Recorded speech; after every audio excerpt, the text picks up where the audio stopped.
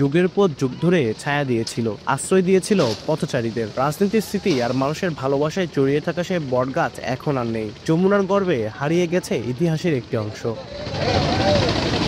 2001 সালে ধনুটের ভান্ডারবাড়ি ইউনিয়নের শহরবাড়ি ঘাটে বিএনপি সরকার যমুনার ভাঙন রোধে ইস্পাত নির্মাণ করেছিল। উদ্বোধন করতে এসে তৎকালীন প্রধানমন্ত্রী বেগম খালেদা জিয়ার জ্যেষ্ঠ পুত্র তারেক রহমান পথচারীদের বিশ্রামের আশায় রোপণ করেছিলেন একটি বটগাছের চারা। সেই চারা বছর ঘুরে পরিণত হয় বিশাল বট বৃক্ষে, যা ছায় বিশ্রাম পেয়েছে হাজারো মানুষ। সময়ের ইতিহাসে সাক্ষী হয়ে দাঁড়িয়েছিল গাছটি। তবে হঠাৎ যমুনা নদীর পানি 99 সেন্টিমিটার বৃদ্ধি পাওয়ায় বুধবার দুপুর থেকে শহরবাড়ি ঘাটে ভাঙন শুরু হয়। এ সময় নদীগর্ভে তলিয়ে যায় বট গাছটিও। স্থানীয়দের অভিযোগ, প্রভাবশালীরা অবৈধভাবে ড্রেজার বসিয়ে বালু উত্তোলন করায় আকস্মিক ভাঙন সৃষ্টি হয়েছে।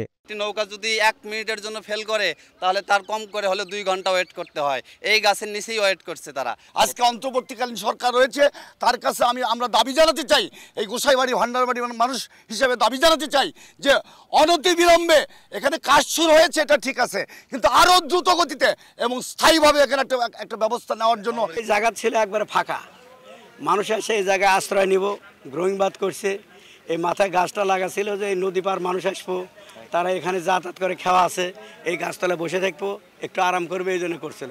কিন্তু এই যে দর্শকের অত্যাচারে এই বাদটাই থাকলো না, আর কি বলবো। নদী ভাঙন ঠেকাতে পানি উন্নয়ন বোর্ড শহরবাড়ি থেকে বানিয়াজান পর্যন্ত 90 লাখ টাকা ব্যয়ে 7,500 জিও ব্যাগ ও 1500 জিও টিউব ফেরানোর কাজ শুরু করেছে।